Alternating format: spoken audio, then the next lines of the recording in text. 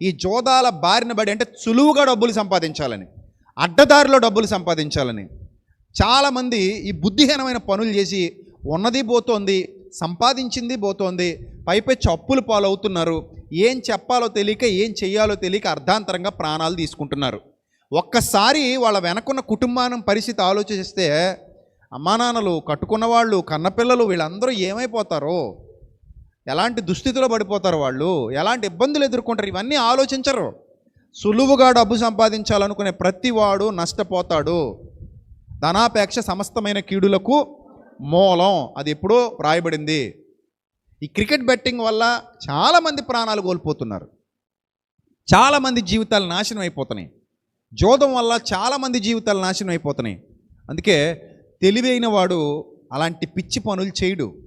తెలివి తక్కువ చేస్తాడు అలాంటి పిచ్చి పనులు, మూర్ఖులు చేస్తారు అలాంటి పిచ్చి పనులు. బాగా ఆలోచన చేయండి. సుఖంగా బతకడం ముఖ్యమా, ఇలా చావు కొని తెచ్చుకోవడం ముఖ్యమా? ఎంతమంది చచ్చిపోతున్నారో మరి ప్రభుత్వాలు ఏం పట్టనట్టు ఎందుకు చూస్తున్నాయో ఉక్కుపాదం మోపకుండా నాకు అర్థం కావట్లేదు. అలాంటి వాటి మీద కఠినమైన చట్టాలు చేసి ఉక్కుపాదం మోపాలి.